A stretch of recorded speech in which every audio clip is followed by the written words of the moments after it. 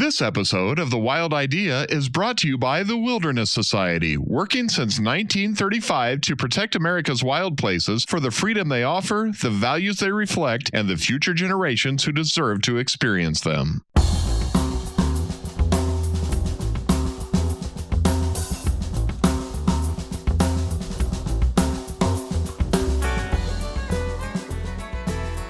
Welcome to another conversation for a wild and connected world, what we call the Wild Idea Podcast. My name is Bill Hodge, and along with my friend and co-host Anders Reynolds, we have been digging into the intersection of wild nature and our own human nature.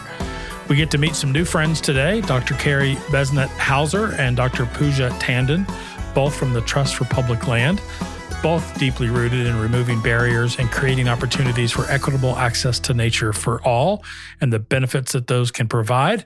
Speaking of needing access to nature, Anders, you look a little tired today. We need to get you outdoors more. Oh, hi, Bill. Yeah, I am wiped out lately. Maybe it was that month off we took, and now we're back in the grind of, creating the content that we know folks have come to love. But yeah, I'm having a hard time getting back into the thick of it.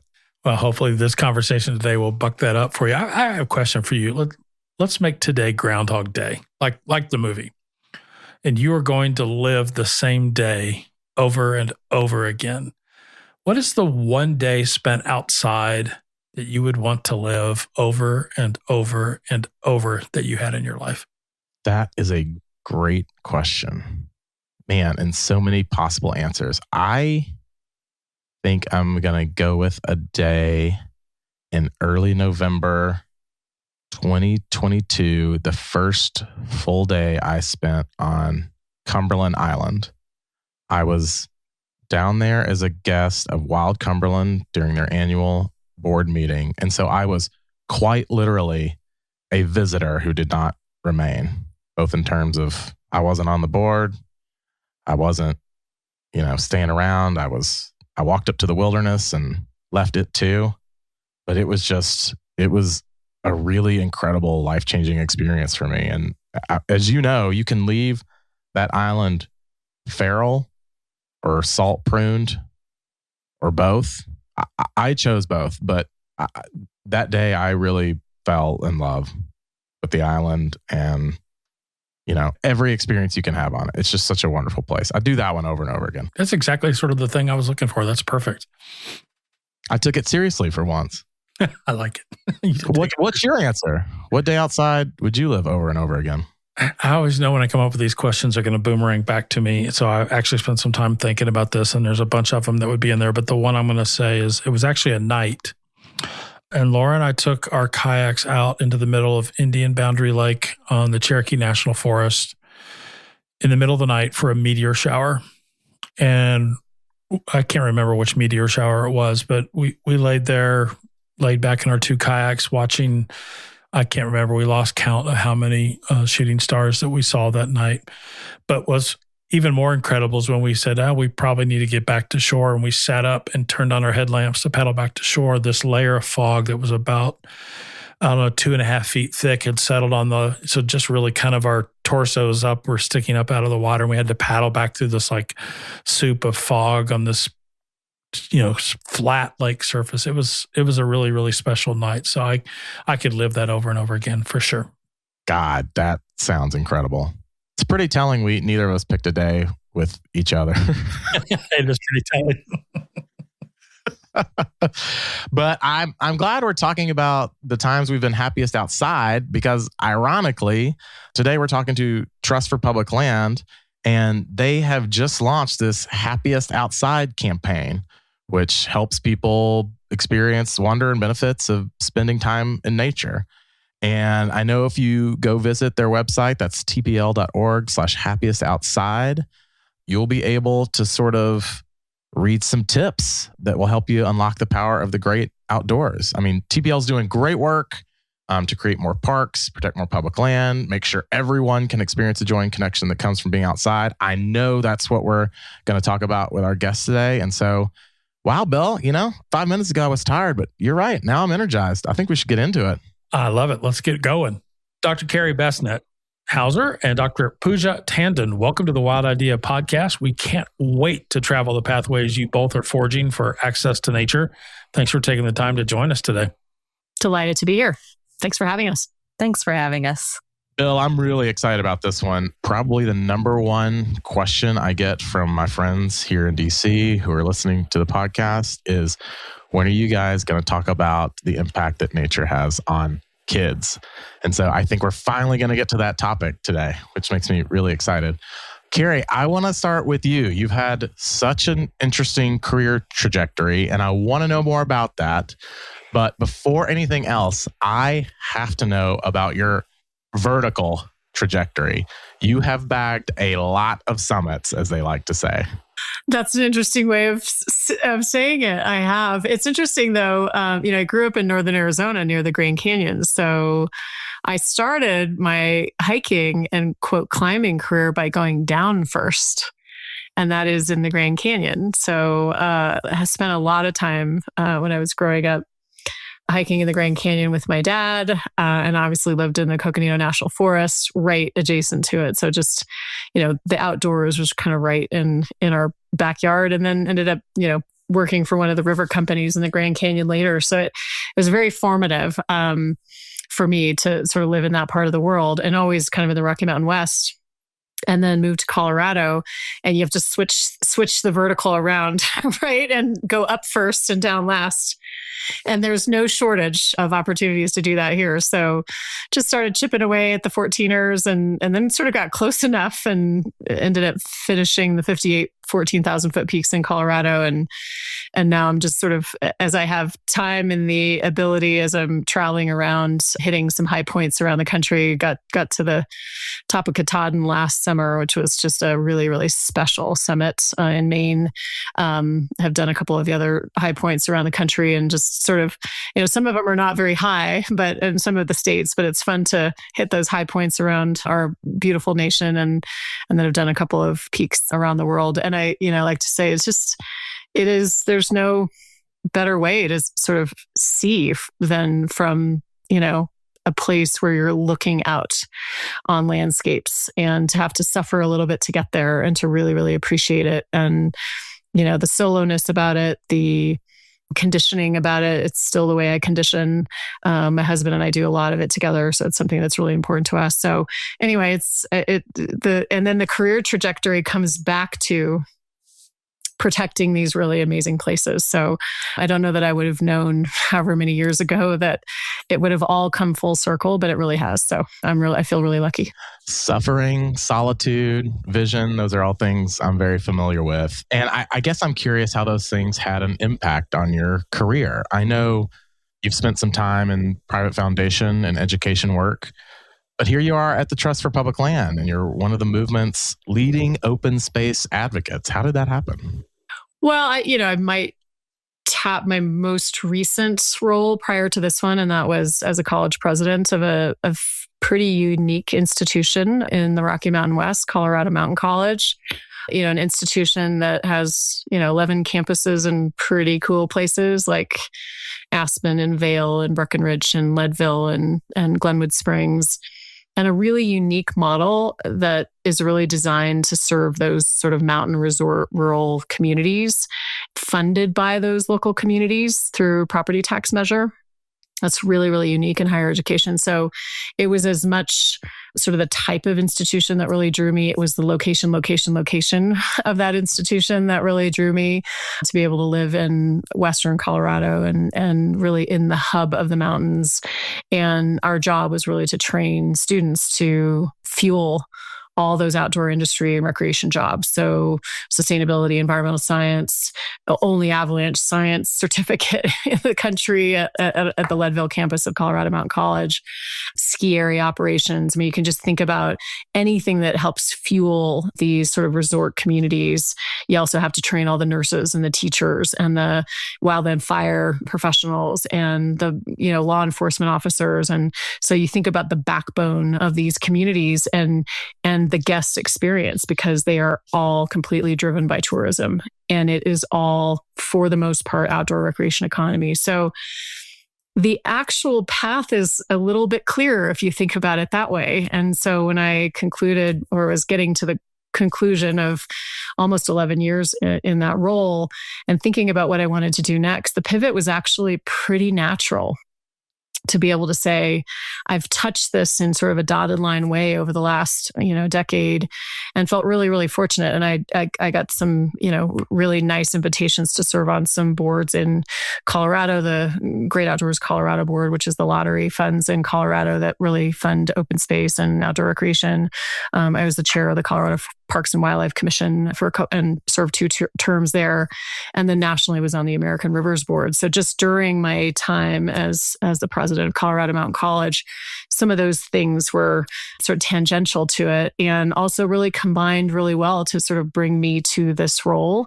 And I think about it all the time. In fact, earlier this week, I spoke to my little local, I live in Chaffee County, Colorado, and I spoke to the local Rotary Club in Salida, Colorado, and was able to actually make some of the connections between having served at Colorado Mountain College, where there's a small campus in Salida, Colorado, and now serving in this role. And I find I find them to be, sort of part of the same recipe in some ways, and they really come together. And to still hear from our students that I've worked with who are in the jobs and are trying to, be biologists and to work with kids in the classroom and to really think about how these outdoor places, make us all healthier and that they're really part of our DNA.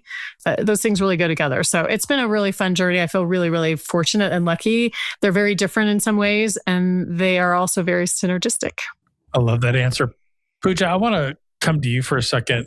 As a pediatrician, one of the things that Anders kind of alluded to this that I'm really excited to talk about is you were the senior author on a study on nature and children's health.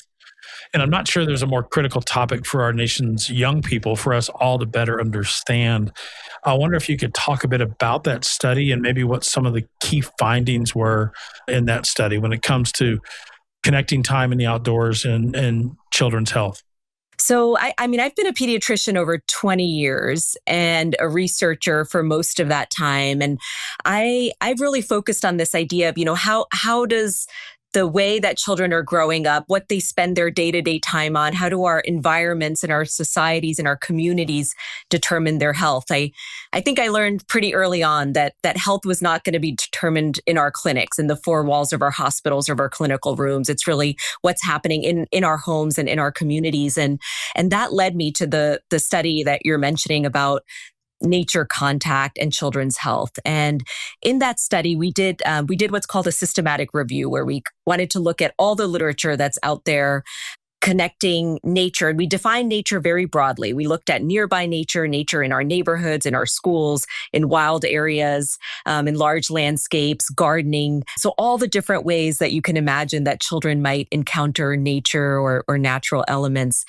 And we also defined health in a very broad way. We talked about physical health and mental health and learning and all the things that as a pediatrician that I would care about when we think about children's health. And we started out with over 8,000 studies. So first of all, that's a testament to, there's a lot of research in this area. We distilled it down to about 300 papers that we felt like we needed to look in more detail. And we found there were a couple of trends. So one, the studies are all very variable. So it makes it a little bit hard to come up with statistical data. And 100 studies have found that this many minutes of nature equals this much, reduction in obesity or whatever. So it's very hard to aggregate it in that way. But there are a few themes, a few trends that we found that are very compelling, I would say. And the 2 areas that being in nature, being outdoors, is important for children's health is for physical activity and for mental health. And those are the 2, kind of most compelling areas of research. They also resonate with what we're seeing in our country as kind of public health crises, what I'm seeing in my clinic and as a parent. And so to me, and there were a range of other benefits too, and we can get into them more, and things like children's vision and in terms of, their blood pressure and their connection to nature actually can help with what's being talked about now is climate distress, like children who are just worried and anxious about kind of a changing climate. So a range of health issues. But I think there's enough there's always room for more research, but there's enough for us to really think about, now, how do we make this happen? How do we actually get children, and in an equitable way, that access to nature in their daily lives? And Pooja, is this just about exercise, or is there something distinct about nature itself that affects physical and emotional well-being? I know in your book, Digging into Nature, you note that children in the U.S. spend about 7 hours a day on entertainment media, and I'm curious what that level of screen time means developmentally. But do more analog, non-screen activities like puzzles or reading or board games, do they have the same disproportionate impact, or is there something, that nature truly unlocks for these kids? All of the above. And I would say, one thing I'll start out with is that, there are some people have reported that children in our country are getting less than 10 minutes a day on average of outdoor time. So when you kind of juxtapose that with the more than 7 hours a day of screen time, I mean, it's staggering how much children are, spending time on screens and from a really young age. The average age of getting a cell phone now, I think, has dropped below 10 years in our country. So, they're starting really, really young. And I often think about our screen time both in terms of like our diet, like our media diet. There's both the quantity and the quality. So the 7 hours a day in itself is staggering. A lot of it is multitasking. They might be on a screen and a phone at the same time and something on in the background. But then there's also the quality, right? I mean, we know so much now about the potential harm of social media as advertising unhealthy foods, the cyberbullying, the inappropriate content. So there's the quantity and the quality together is challenging. And there are many things that screen time is displacing that's good for children. And that could be, spending time with your family, reading, doing, pursuing other arts and music. So I don't want to take away from the idea that there are many things that children could be doing that are positive and beneficial for their physical health, their mental health. But the promise of green time, so often we talk about this idea of like green time as an alternative, as a strategy to counter the negative and harmful effects of screen time. The promise of that green time is multifold. And some of it is the opportunity to be active. You're moving your body usually when you're outdoors, but you don't have to. You don't have to be moving your body. Just the restorative mental health benefits of being in outdoor spaces and the additive benefits. So they've done some research in adults on this idea of green exercise, that if you run on a treadmill inside a gym, staring at a wall or a screen versus running on a trail or a beautiful natural path, that you do get those, besides your heart pumping and your muscles and your bone musculoskeletal benefits, there are additional benefits to your kind of restorative capacity to stress reduction that come from being in those natural environments. I wanted to build on that, Pooja, with your work that you're doing for the Trust for Public Land. And earlier in your answer, you brought up equitable. Like, we need to make these benefits accessible for all young children in this country. Could you talk a little bit about how that study and the findings from that study informs the work you're doing for the Trust for Public Lands and creating those opportunities for all young people to have this access to green time, as you put it? Equitable access to green time, is like a pillar central to what we're doing at Trust for Public Land.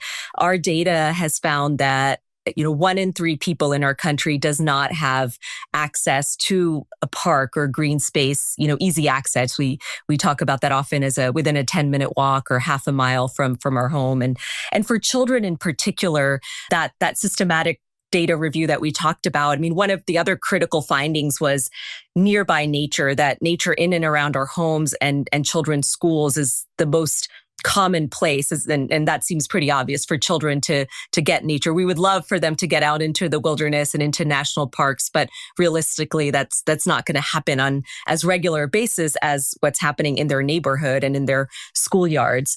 And so that's a critical piece of the work that we do. And we use sophisticated geospatial mapping to try to identify, where are those access gaps, the park equity gaps, and how do we close, those inequities and where people and children in particular. So 1 in 3 don't have easy access. That's 28 million children in our country.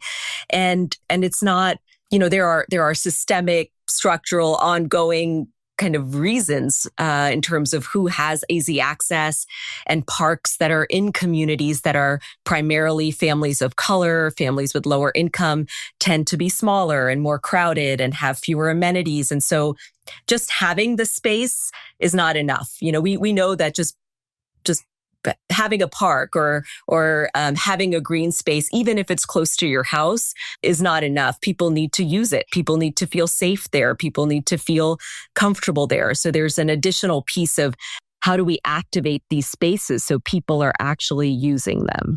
You're acknowledging here, that families face real barriers, time, safety, weather, chronic health conditions, and getting that green time that kids need. What, in your opinion, is the most common misconception parents have about, quote unquote, doing nature right? One common misconception is that that there's one right way or one single way for children or families to experience nature. And I can tell you as somebody who I grew up in India for the first 10 years of my life and did not think of myself as an outdoorsy person. I'd never gone camping. But I have now. But I realized in reflecting back on my childhood that it was quite outdoorsy. Our homes were small. And so we spent a lot of time outdoors and upstairs and playing in the neighborhoods till, the stories that I hear about from colleagues and friends who grew up in other parts of the world. We didn't come home till it was dark out. And so I had an outdoorsy childhood. It just looked different than maybe Carrie's, childhood growing up where she did. And so for me, I think recognizing that there's no one single way to connect with nature. And often as I'm talking with in my clinical role as a pediatrician, especially the teenagers, the tweens, the kids that maybe have decided that they're not outdoorsy or it's not for them, or they're spending a lot of time in their bedroom and on their screens, is really trying to unlock what is that connection for them? What do they, is it going on a walk? Is it playing sports? Is it, doing something that's like rock climbing? Or is it something that's going to be more urban nature or gardening or photography? But really finding for themselves what does bring them joy and what will help them connect back with the natural world. More public land stories right after this. The Wilderness Society has been protecting America's wild places since 1935. For more than 90 years, they've worked to keep public lands public, safeguarding national forests, national monuments, wilderness and conservation areas, and other public lands that belong to all of us. These are the places where people hike, camp, hunt, fish, and reconnect with the outdoors. They provide clean air and water, support wildlife habitat, and protect the freedom to explore nature in ways that matter deeply to so many of us. Through science, advocacy, and partnerships with communities and policymakers, the Wilderness Society works to protect these lands for us today and for future generations. Because protecting wild places means protecting far more than scenery. It's about protecting the traditions, values, and outdoor experiences that connect us to nature and to one another. To learn more, visit www.wilderness.org. This is Sarah Lundstrom from Whitefish, Montana, and I like to listen to the Wild Idea podcast when I'm knitting. Here's Bill and Anders. Carrie, I think this is like a logical place to talk about additional work that the Trust for Public Lands is doing. Anders and I sort of live and work at the part of the term public lands that refers to the spaces that might be easier for people to picture when we say public lands, large, often rural, remote parcels of lands like national parks and wildlife refuges. But the Trust for Public Lands work brings the full suite of public lands into focus, including smaller urban parcels of public commons. Would you talk about the work? And I'm particularly curious about some of that work and projects you guys have been doing in Dallas. It seems really exciting. Yeah, thanks for the question. And before I do that, I just have to say I'm sort of beaming with pride and just always recognize how lucky Trust for Public Land is to have a colleague and somebody internal like Pooja, to have an MD and a pediatrician, and to have the wisdom and the experience that is continuing to drive the work we do, and it'll sort of inform my answer to the question that you asked. It's just a delight. So anyway, I just want to say we're really lucky. It's a super secret sauce. I'm so glad that we get to borrow her and share her with the University of Washington. So I just thank you for that, Pooja. It must be nice to enjoy working with your colleague. I have no idea what that's like. I was waiting for that. Thanks, Andrew. I know. I can imagine Bill is really difficult, but anyway. So the answer to your question, and I'll maybe go back to Andrew's original question about sort of why I came to TPL. It is really that mix of urban and rural. And I'd even, you can throw in suburban as well and sort of everything in between. And it was the origin of Trust for Public Land the very early origins of TPL 55-ish years ago. There's so many organizations and so many of my good colleagues in our space that, the protection of landscapes and ecosystems are for the benefit of that exclusively or primarily. And really the reason that TPL was started was the connection to people and to bring people and the outdoors together. And really it's a lot of what Pooja just talked about as well. And a lot of that was really in urban spaces. And so TPL was, founded in the San Francisco Bay Area. And, some of the really original protection work was adjacent to a lot of people in a really, really populated place. And certainly to protect those open spaces and the access to the outdoors and to have it be really accessible to people. And so that was really important. Some of the really early work was in partnership with the Black Panthers in Oakland, California, and that was urban gardens. So environmental justice in really its early incarnation to make sure that anybody had access to some form of the outdoors and green space. So that has been literally in our DNA from the day we were founded. And we have sort of drawn back on that over the last number of years, and certainly in my onboarding into this role to say, it's had newer and different points of relevance over the course of TPL's history and probably couldn't be any more relevant in the world that we're living in right now. And Pooja talked a lot about that, sort of just the civic sort of fracturing that we see in our country as well. So this notion that you don't have to go to Yosemite National Park or Saguaro National Park or some of these really big landscapes to get the benefits. It's also really about accessing nature wherever you are. And we know that certainly in the United States, that most people live in urban places. So how do you create those places in urban settings? In Dallas, in Cleveland, in New York, in Oakland, in Seattle, wherever that might be. And so some of the work I think that I've been the most proud of, and again, it's back to Andrew's first question, probably the closest synergy to sort of my work, both in sort of the philanthropic world and in higher education and in education is TPL's work around community schoolyards. And, I often give the data that if you think about a public schoolyard in our country, particularly in an urban space, right? Probably a sheet of asphalt, concrete, chain link fence, probably not very inviting. It might have something to do with why kids get less than 10 minutes outside a day. I don't know how that's possible when you have recess or those things, but that's for another conversation. We didn't build them very well, probably over the course of history. It's easier to maintain them if they don't have natural surfaces and mulch and grass, and you don't have to water and sort of all those things. So sort of understanding probably why we didn't really build schoolyards in the ways that, perhaps we think about them now. And there are 90,000 public schoolyards in the United States. That's 2 million acres of land. Don't have to acquire it. Don't have to go find it. It's already there. It's sitting right under our noses. And the opportunity to rethink what schoolyards look like in our country is really a pillar of some of the work that TPL is doing in urban places, also in rural places. We're working with a number of tribal schools as well, which is really exciting. But in urban settings, I'd give you the example. Dallas is another one where we're doing a lot of the schoolyard work. But to give you a sense of where you can get to scale, we've done a lot of this work in New York City. We've transformed nearly 35 schoolyards in the city of New York, all the boroughs. And it really took a mayor, and I give credit to Mayor Bloomberg, who said, wow, we have all these spaces that are already owned by our sort of civic structure, and they're not particularly functional, or they're not as functional as they could be.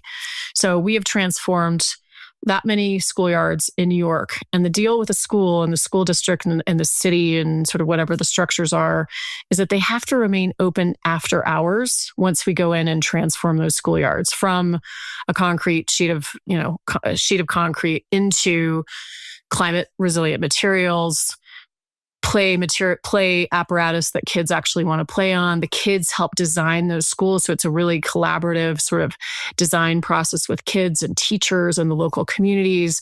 Local city council people get really involved. I've met lots of them over the course of the last 18 months or so, and they are really, really great community assets, and they're things that build community together. I have not seen one of them that with evidence of graffiti or tagging.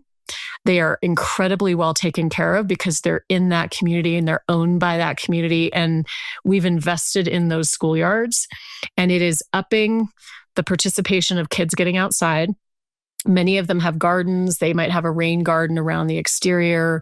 Students are working or, learning about bees and pollination and sort of all the things that also come with, being outside and some of those attributes.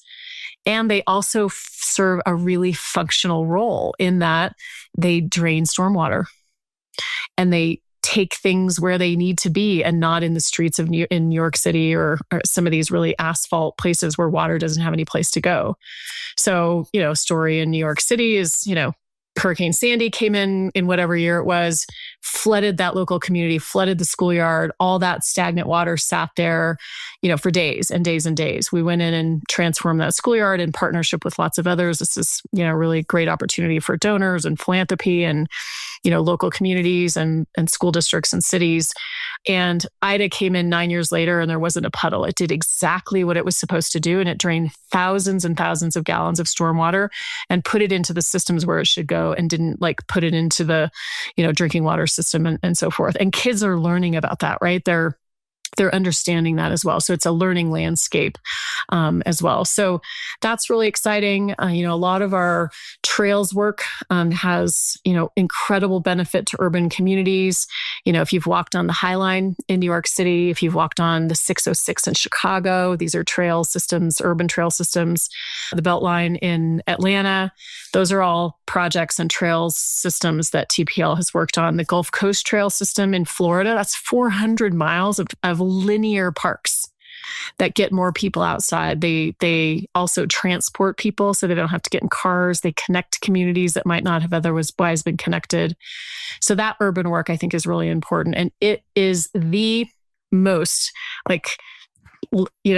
the closest way and the quickest way that we can get to shrinking that 100 million people in the United States that are farther than a 10-minute walk from a local park or a green space is through those urban solutions. And those are really exciting. You mentioned some of the functional values of these spaces, but so many of the natural benefits of these projects to children, whether it's resilience or mental health or community cohesion, are qualitative rather than easy to quantify. And, sometimes it feels to me like we're living in a world where we're seeing more market-based approaches to conservation in urban green space, from carbon markets to impact investing. And so I'm wondering if you could maybe talk a little bit about what gets lost when we try to translate those benefits into market terms. Well, it's an interesting question because, I was on a panel at New York Climate Week a couple of months ago, and the student that was on the panel, I was on with a couple of really big corporate partners and, big, great audience. And I'm telling you, the four of us could have walked away and the student representative could have just carried the entire panel. Because to your point, She is graduating in May. In fact, I just heard from her. She sent me an email and asked me if I could be part of a career day at her school in New York. And I had to say, I'm sorry, I live in Colorado. But it was really nice to hear from her because, sort of out of the mouth of babes and just, and again, as a former college president, like the learning aspects of being a school that's picked for transforming your schoolyard and to be in a leadership role with your peers to design whatever that space looks like, to pick, how things are arranged. Do you want a track? Do you want a basketball hoop? Do you want a soccer pitch? All the things. Can you do that in this particular space? You're learning math, you're learning algebra, you're learning, sort of critical thinking, you're learning all those things. And you're also learning to engage with people and you're learning to compromise and you're learning about budgets and the platform and the opportunity for kids and community members to come together around their local schoolyard. I mean, think about, there's not many places where you could have that happen. Maybe your local library. I mean, maybe there's a few, but your local schoolyard is things that people really care about and they really own. And the kids' opportunity to really learn and take that off into whatever they end up doing later. That student said in no uncertain terms, that experience influenced her college trajectory, where she wants to go study, what she wants to study, which won't be a surprise to anyone, is a STEM field, because she sort of was able to, kind of participate in that process. And how much she got out of engaging with her local city council person, the principal of her school, funders who came to that location, volunteers that came for volunteer days to, swing a hammer and, help actually, make sure that schoolyard got redesigned. I don't know how you put numbers on that, but I think there are definitely numbers to be had. And in the aggregate, if we can get more of that sort of participatory design, I just think about how much more our civic fabric would experience healing, because you're actually making these opportunities for kids and community members to dialogue and to engage with each other. And you're getting them off those screens, right? Because that's not where it happens. It's happening when you're actually having those conversations and those problem-solving opportunities together. So I don't know whether that answers the question, but that's kind of how I see it.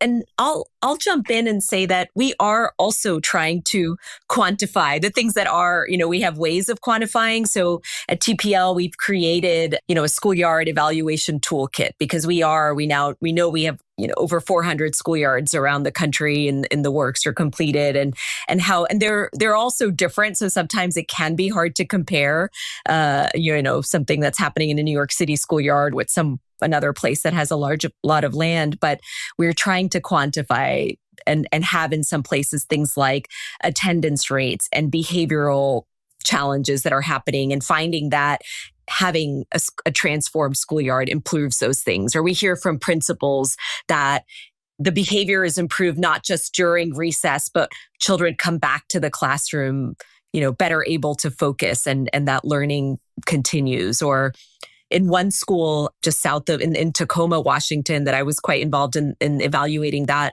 impact of our work there. I mean, this is not really it could be quantified, but it was not something we went in there thinking about. This is an elementary school right along I-5, along the highway.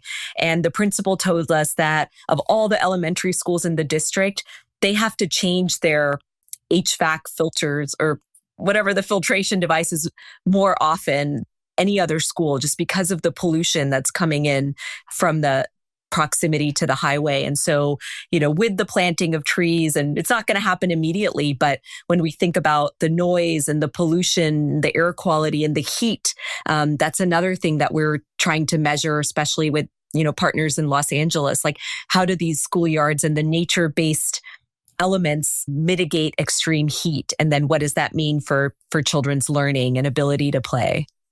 Carrie, could you talk about scorecarding these sort of things? Do you guys have a way in which you're able to whether you're doing it for donors or for the larger community, of what impacts TPL is having on those sort of things? What sort of scorecards you guys keep track of these sort of things?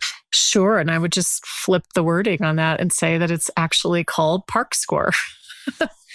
And it's a really timely and relevant question because we'll release the 2026 rankings will be released on May 20th. And TPL for the last many years has essentially been the gold standard for sort of evaluating park systems across the country. And we look at the top 100 by sort of population around measuring access, equity, investment, acreage, amenities to whatever green space that is. So the earlier question about perhaps less market focus than it is outcomes focus, like what benefits do cities and communities and towns get from their parks? That is the Park Score measure that TPL releases every year. And even if you live in a smaller community like I do, you can actually look up most communities you can look up of any size, and you can actually look at all the data that says, here's what your starting point is. For example, here's where you might need to go. It's sort of open source. So if you're Dallas, for example, and you recognize you're wherever you are in the 100 cities, but you want to get to 20 points above that, here's what you actually would need to do. Here's, Denver just snuck into the top 10 in the 2025 rankings in my state. And, I will tell you, mayors pay attention to this. City councils pay attention to this. It definitely is something that really is, there's some nice sort of fun, natural kind of competition to it. And it also says it's about quality of life. It's about all the things that Pooja just talked about kids access. It's not just about having a green space. It's about, is it safe? Do you have to, even if it's, right across the way, do you have to cross a busy street? Can you actually access it in a way that would be, safe, accessible, and something that actually draws you in and makes your community better. So stay tuned. And I'm sure you can make those results available, and we'd love to make them available to you. And I'm sure Pooja may have some comments on how we use the Park Score as it relates to health data and kids. And so all that comes into play when we release those rankings every year. Yeah, one thing I'll add is that we do have in our database that we draw the Park Score rankings from, in our ParkServe database, which is also publicly available. We've also integrated layers of health data. So, if you click on a particular geography, what proportion of the people living there are physically inactive or have mental health concerns? So we pull data that is collected by the CDC, and so one of the things from our Park Score Index that we've seen is that if you're a city in the top 25, so you have, the better park systems, more investment, more amenities, more access, that actually correlates with better health outcomes in terms of physical activity and mental health. And if you're in the bottom quarter, so there is a relationship that we've been able to see from our data, and that's also reflected in the larger kind of body of evidence on this topic. I love that. And we will absolutely link that Park Score in the episode notes. And it may be updated by the time actually this episode comes out. So it may be the most updated score there. So thanks for sharing that. I want to go back to this time in the outdoors. Obviously, it is critically important for young people, as we've talked about the study that Pooja was a part of, where they aggregated all these other studies. It obviously has benefits for people outside that youth demographic as well, right? So I think there was a study a decade or so ago in Japan that literally time spent sitting outside had something like a 10 to 20% drop in blood pressure. It had nothing to do with the physical activity. I mean, it'd be easy to see the correlation if people were being more active, but literally sitting outdoors. I also think there's an emotional benefit from being a part of the solution. And I'm sure you guys feel this as part of your day-to-day work for the Trust for Public Lands. I know I have felt it in my life before, is if you can be part of removing those barriers to that access, whether it is for young people. One of my heroes was Bob Marshall. He was famous for trying to find a way to create access for urban communities to get out to wild places. But I think he had it half right. The other half is, how do we bring wildness, and this is what you guys are doing with these schoolyard projects, how do we bring that to urban communities? And I can assure our audience, if you give of yourself in some way, that you will have a health benefit. You will have an emotional health benefit. I've had a young person tell me that being a part of an outdoor program that I was a part of was the reason they graduated from college. It doesn't, and Pooja, I think you touched on this earlier. It doesn't mean every kid is going to connect to the idea of hiking or mountain climbing, it could literally just be any time spent outdoors. And maybe to think about wrapping up our time here, anything else that we need to be thinking about how we remove those barriers and how TPL is removing those barriers that we need our audience to know moving forward? I can start. I mean, one of the things that you touched on, are these opportunities that we can build into our system. So, in Washington State, and I know many parts of the country, the idea of outdoor environmental education or having dedicated funding so students can, 4th grade, 5th grade, whatever, get a few nights of those overnight, more immersive experiences, because there is something about immersive experiences in nature. You mentioned the study in Japan. There's others that have found that forest bathing, for example, so trees are emitting substances called phytoncides that are meant to protect themselves. But when humans inhale them, it boosts our immune system. Literally these cells called natural killer cells that are important for our immune system. So there is something about being in nature, whether or not you're moving, of that connection to nature, which also, and this has been studied too, predicts for children in pro-environmental behavior. So for example, spending more time in nature, feeling connected to nature might make them more likely to recycle, to limit their car trips, to compost. So those are all the things that we want children to grow up feeling like they have this connection, this reciprocal relationship with the earth, so that, that their health, that our health is tied to planetary health. And so I think these are finding those ways, through our school system, starting in preschool, school systems, and throughout our lives, to build in those opportunities to connect all of us to nature, I think are so critical for those reasons. Yeah, that's hard to top. I think I would add just a couple of things. And, we probably all know it anecdotally as well. Time in nature, boosts your cortisol levels so you sleep better. There's so many parts of this. And by not doing that, it contributes to more inside behavior and sort of, kind of looking inside rather than outside. And so, that's certainly important. Andrews, you asked earlier about sort of the market, kind of driven decision-making around, a lot of these conversations around the outdoors and nature. And those are certainly true. And there's also really solid data. We transformed a schoolyard in Philadelphia that had, I think on any given day, it was like a 41% truancy rate. And transforming that schoolyard, I think, brought it to 0. It brought it down so drastically because you are creating space where kids want to be. And sort of just the safety and the opportunity, because I think once you touch it, like you catch the bug, right? Like that's what's really important. Crime rates, where you transform derelict lots, like we're doing in Dallas, into green space, crime rates go down as well. So you can tie all those things together, which are, certainly really important. And, we all know, if we ride trails or walk trails, rails to trails, you just think about how many aspects of our infrastructure in our country are sort of ready-made. I talked about our schoolyards earlier, but you just think about old rail lines and some of the really signature rail to trail projects around the country. I mentioned a couple of them earlier. We're working on a 100-mile trail in the heart of Atlanta, which is 100-mile, it's the Chattahoochee Riverlands. It'll open up a river to one of the most populated cities in the entire country. And our backs are often to our rivers, right? These cities were built with backs to our rivers.